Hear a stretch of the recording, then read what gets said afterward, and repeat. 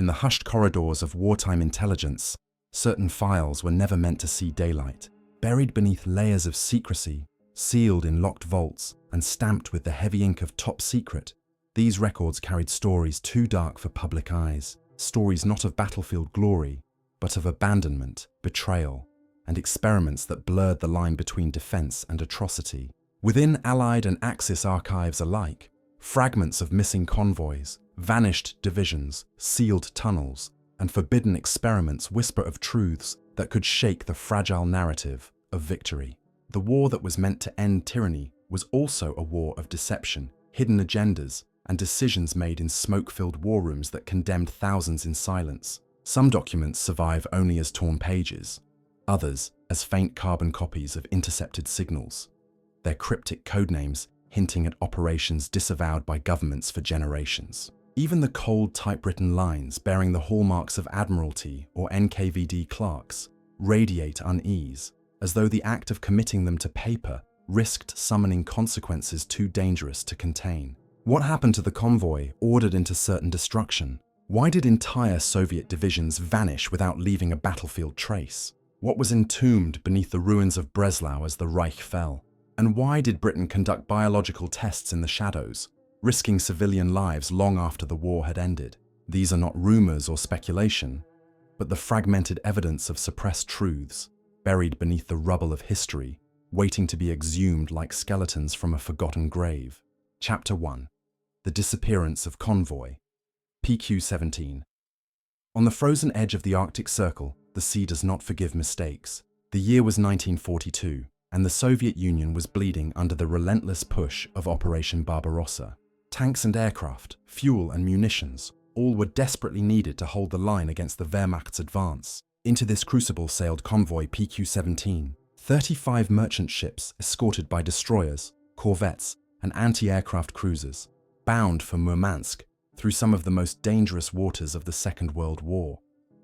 The convoy departed from Hvalfjord, Iceland, in late June, with its holds packed with 297 aircraft, 594 tanks, 4,246 vehicles, and nearly 156,000 tons of vital cargo. For the men on board, it was not only a mission of supply, but of survival against an enemy that ruled the Arctic skies and prowled the depths with wolf packs of U-boats. Admiralty files marked ADM 1-99-21-44 contain the order that sealed the fate of PQ-17.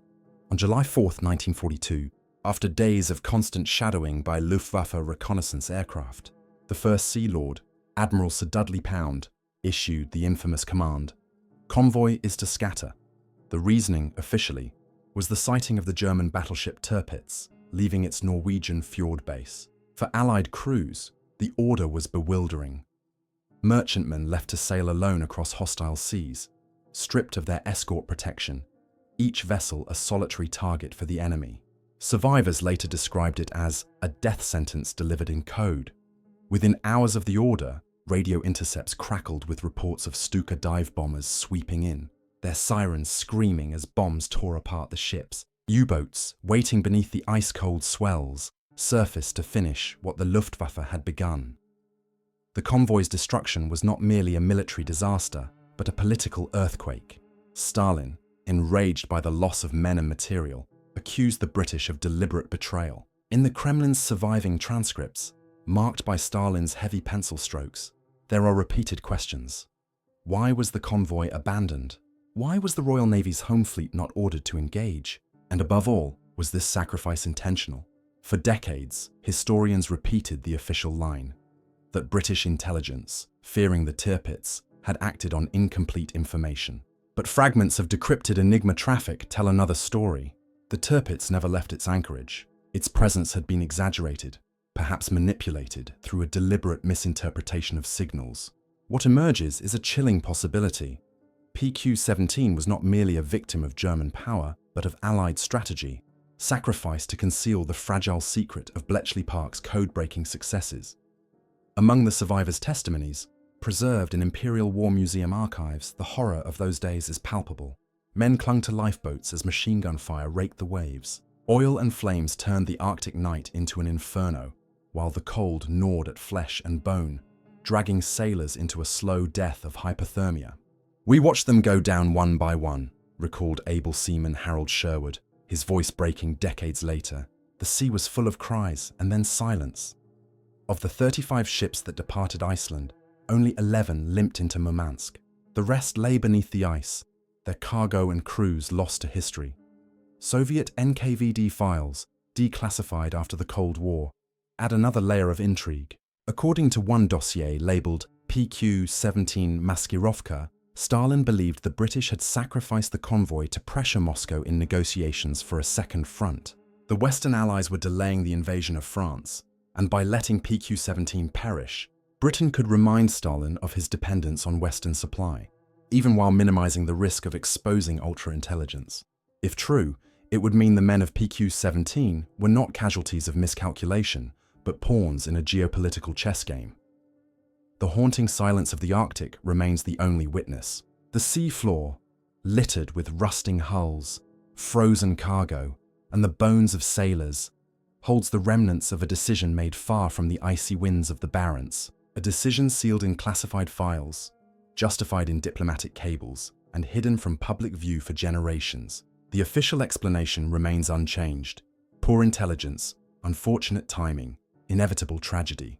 Yet in the declassified fragments, in the voices of survivors, and in the unanswered questions from Stalin's desk, the shadow of another truth emerges, a truth of deliberate abandonment, where men and ships were consigned to destruction in the name of secrecy. The destruction of Convoy PQ-17 is not simply a story of loss at sea. It is a story of trust broken between allies, of decisions made in the shadows, and of a war in which not every casualty fell at the hands of the enemy. In the end, PQ-17 became a graveyard not only for men and machines, but for the illusions of solidarity among allies whose interests were always divided by mistrust. And in the cold silence of the Arctic, the convoy still drifts, a ghostly reminder of how far governments will go to protect secrets they dare not admit. Chapter 2: The Vanished Division of Smolensk.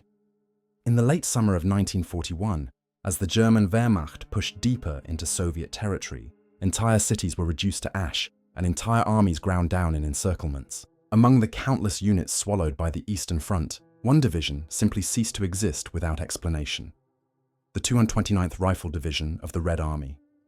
Unlike formations destroyed in the desperate battles of Kiev or Vyazma, the 229th left no battlefield grave, no survivors' testimonies, and no official record of annihilation. It vanished in the forests and marshes west of Smolensk, a silence that Soviet records attempted to conceal and German documents only hinted at. What happened to this division, numbering nearly 10,000 men, remains a mystery buried beneath layers of propaganda, misdirection, and deliberate erasure. According to Soviet mobilization orders dated August 23, 1941, the 229th Rifle Division was positioned to reinforce defensive lines south of Smolensk, tasked with slowing the German thrust toward Moscow. It was comprised largely of recruits from the Volga region, commanded by Colonel Ivan Dobrovolsky, a veteran of the Finnish Winter War. Diaries from the division's headquarters staff, preserved only in fragments, record movements through villages like Yelnya and Roslavl, areas already burning under Luftwaffe bombardment. Yet after September 10th, the paper trail ends abruptly. No casualty lists, no reports of engagement. The division disappears from Soviet situation maps, its designation struck from orders of battle by October. Officially, it was absorbed into other formations, but archival searches reveal no evidence of such transfers. The German side provides its own strange clues. Wehrmacht diaries from Army Group Center mention no pitched battle in the sector where the 229th was deployed. Instead, Abwehr intercepts describe the actions of a unit codenamed Schwarzer Nebel, Black Fog, operating near Smolensk. These cryptic references describe raids against Soviet positions, followed by cleansing operations, in which enemy formations were removed without trace. No conventional engagement, no mass prisoner captures, only erasure. Could Black Fog have been a specialized commando unit, tasked with destabilizing Soviet defenses through infiltration and targeted executions? Or was it a cover name for something more sinister? Collaboration, betrayal, or even experimental psychological warfare? When the Red Army retook Smolensk in 1943, search units scoured the forest for the remains of the missing division. They found only shallow graves, each containing small groups of officers executed with pistol shots to the back of the skull. Ordinary soldiers' remains were largely absent. These discoveries triggered an NKVD investigation under file number Smolensk 229M. Interrogations of local villagers revealed sightings of Soviet troops marching under guard, led not westward toward German camps but into forested ravines and abandoned quarries. Witnesses described truck convoys under German escort, yet the prisoners were never seen again. The lack of large burial sites suggested a fate other than mass execution. Theories emerged of secret labor detachments, experimental camps, or forced assimilation into collaborationist units. Stalin himself, according to Politburo notes, scrawled "liquidate all mention" in red pencil across reports on the division. The disappearance of the 229th may also have been tied to Soviet deception operations. NKVD officers in later declassified reports refer to Maskirovka 12, a plan to lure Army Group Center into committing reserves to a phantom Soviet counterattack. Was the 229th designated as bait, its movements deliberately obscured to confuse the enemy? If so, why were its men erased instead of being listed as casualties of the ruse? Some historians suggest the division may have mutinied under the crushing pressure of encirclement, defecting to German control. Others propose a darker hypothesis, that the NKVD executed much of the division to prevent collapse and desertion, then buried the evidence beneath the fog of war. The executed officers found in 1943 could support this view. Leaders silenced to prevent them from testifying to what had occurred. Soviet post-war memorials offer another layer of silence. Unlike other divisions lost in 1941, the 229th is absent from official lists of fallen units. Its Veterans Association never materialized. In fact, the very existence of the division is barely acknowledged in official Soviet historiography. It is as though the 229th had never been formed at all. Such deliberate omissions suggest high-level involvement in suppressing its story. Within GRU archives, sealed files labeled Operational Silence are believed to contain the last surviving records. These files remain restricted even today, with their contents classified under state secrecy laws, raising the question of what truths could be so dangerous that they must remain hidden more than 80 years after the fact. For the families of the men, the disappearance left a void that never healed. Letters stopped arriving. Widows received no notification of death, no pension, no official closure. Instead, silence descended like a second death. Some families clung to rumors that their men had survived as partisans in the forests. Others whispered of secret transfers to gulags or remote fronts, but no confirmation ever came. For the Soviet state, silence was safer than the truth, whatever that truth may have been.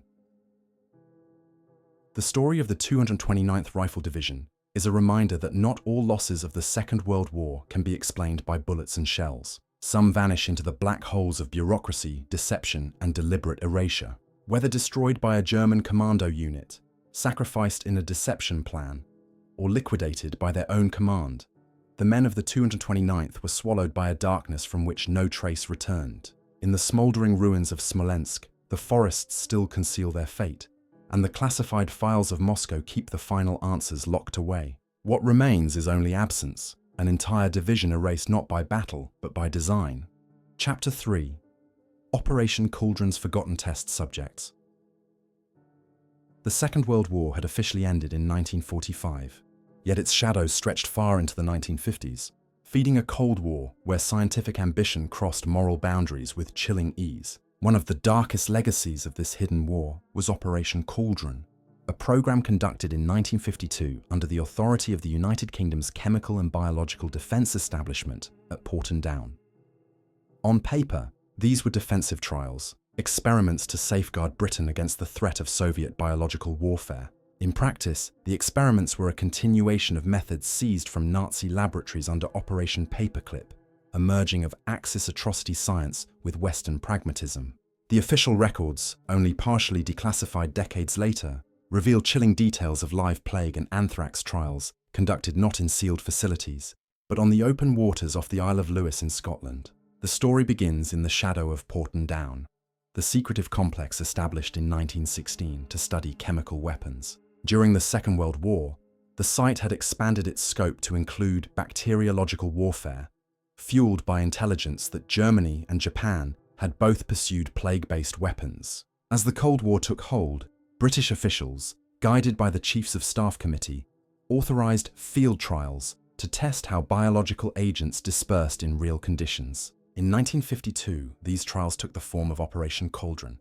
A fleet of fishing vessels was requisitioned for experiments. Cages containing guinea pigs, monkeys, and smaller test animals were strapped to the decks, and canisters of live pathogens were released in their vicinity. These animals would be monitored as clouds of plague bacillus or anthrax spores drifted across the sea, their deaths charted in meticulous detail by scientists observing from nearby warships.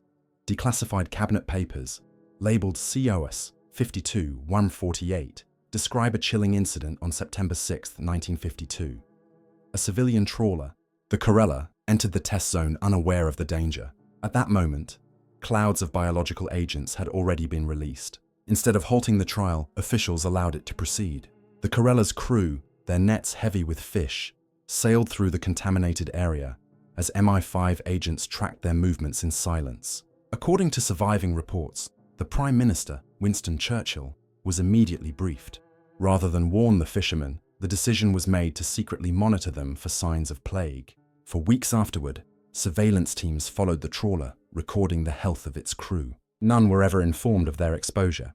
The official explanation, buried in classified appendices, was simple.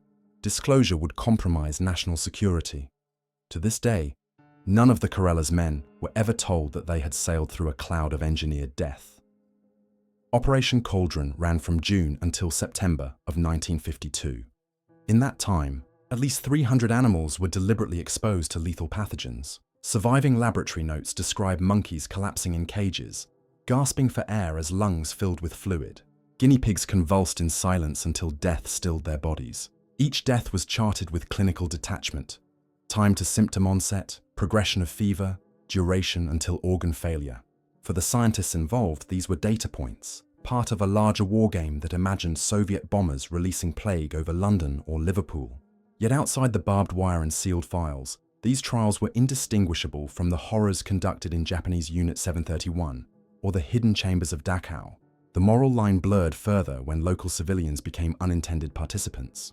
Declassified surveillance memos describe fishermen along the Hebrides coast developing unexplained fevers. Though not officially linked to the trials, MI5 quietly tracked their health, assigning agents to local pubs and clinics to record signs of illness. No warnings were issued. Instead, their suffering became another data set, filed away under incidental exposure. In one particularly haunting entry, an anonymous field officer wrote, "Subject displayed persistent cough, fever, and loss of weight. Advised continued monitoring. No disclosure permitted." These human subjects never knew they were part of an experiment that carried the potential for epidemic. What makes Operation Cauldron particularly disturbing is not only the secrecy, but the way it fits into a larger pattern of post-war experimentation. Britain was not alone. The United States, through programs like Operation Sea Spray, released bacteria over San Francisco to study dispersal in urban environments. Canada conducted its own field tests with zinc-cadmium sulfide. Together, these projects formed a clandestine network of biological readiness, all justified under the banner of defense against Soviet aggression. Yet behind the rhetoric was a willingness to gamble with civilian lives, a continuation of wartime moral compromises carried into peacetime. Porton Down itself became infamous in later decades. Soldiers were subjected to nerve agent tests without informed consent. Civilians were dosed with LSD in psychological experiments. The Cauldron trials were a precursor to this culture, where the boundaries of ethics collapsed under the weight of national security. Internal memos, now available in the National Archives, reveal that senior officials were aware of the risks but considered them acceptable. In the words of one scientific advisor, the risk of limited exposure to civilians is outweighed by the necessity of preparation for bacteriological warfare. For decades, Operation Cauldron remained hidden from public view. Its files were sealed, its participants sworn to secrecy, its subjects ignorant of their role. It was only in the late 1990s, after persistent pressure from investigative journalists and declassification campaigns, that fragments of the story emerged. Even then, many details remain redacted. The exact pathogens released, the number of exposures, and the identities of those monitored without consent are still withheld. The full truth lies in vaults marked closed until 2072. A bureaucratic graveyard where accountability is postponed beyond the lifetime of those affected. The tragedy of Operation Cauldron is not only the suffering it inflicted, but the pattern it represents. A state willing to expose its own citizens to potential death in the name of security. A scientific establishment that inherited the methods of war criminals under the justification of defense. And a legacy of secrecy that ensures those responsible escape scrutiny. When set against the broader canvas of the Second World War and its aftermath, Cauldron becomes part of a continuum where the tools of totalitarianism were adopted by democracies in silence. The sea off the Isle of Lewis holds no memorial for the animals that died, nor for the fishermen who sailed unknowingly through invisible clouds of plague. The documents remain sealed, the witnesses are aging, and the truth is scattered across fragments of carbon-copied reports.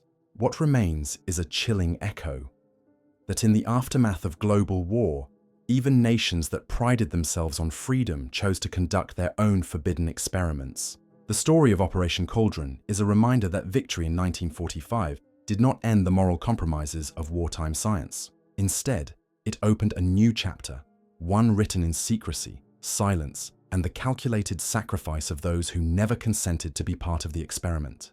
Chapter 4. The Sealed Tunnels Beneath Breslau, Spring 1945. The Third Reich was collapsing under the relentless advance of the Red Army.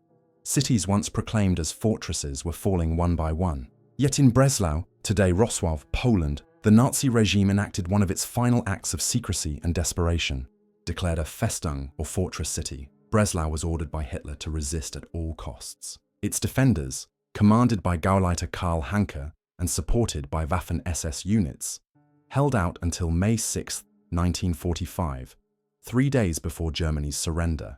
While artillery thundered and civilians starved, another operation unfolded beneath the besieged city, an operation so secret that even its name was erased from official Reich records. Known only through scattered Gestapo files and Soviet reports, it carried the codename Project Ries II. What was hidden below Breslau remains sealed to this day, entombed beneath stone and silence. The origins of Ries II trace back to the Owl Mountains, where the SS under General Hans Kammler supervised vast underground complexes. These tunnels, built by forced labor from Gross-Rosen concentration camp, were intended to house secret weapons projects safe from Allied bombers.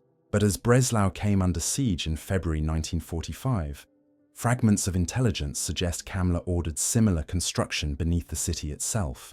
Gestapo file fragments recovered from Berlin reference Schacht 11, Shaft 11, linked directly to Kammler's department. Local testimonies describe convoys of trucks entering sealed tunnels at night, guarded by SS troops. The crates they carried bore the Reichsadler, the Black Eagle insignia, but their contents remain unknown. Witnesses reported hearing dynamite blasts and the sound of collapsing stone as entrances were sealed behind the last trucks. When the Red Army's Sixth Army finally stormed the city, Soviet engineers discovered partially flooded tunnels beneath the Cathedral Quarter and the Oder riverbank. Reports filed in May 1945 describe narrow-gauge rail tracks leading underground, only to vanish into collapsed chambers. In one account, Soviet soldiers reported crates floating in flooded shafts, marked with chemical hazard symbols. Others described strange machinery, half submerged in mud, with wiring that did not match conventional German designs. Stalin ordered the NKVD to investigate, assigning a special team under the directive Operacja Grom. Their findings remain classified, but fragments later surfaced in Polish intelligence archives. Among them, references to uranium compounds, drawings of pressure vessels, and notes suggesting the concealment of experimental reactor components. Kammler's presence in Breslau during these final weeks is itself a mystery. Official records claim he disappeared in Prague in May 1945, possibly committing suicide. Yet Soviet interrogation files reference witnesses who saw him inspecting Breslau's tunnel works in late April.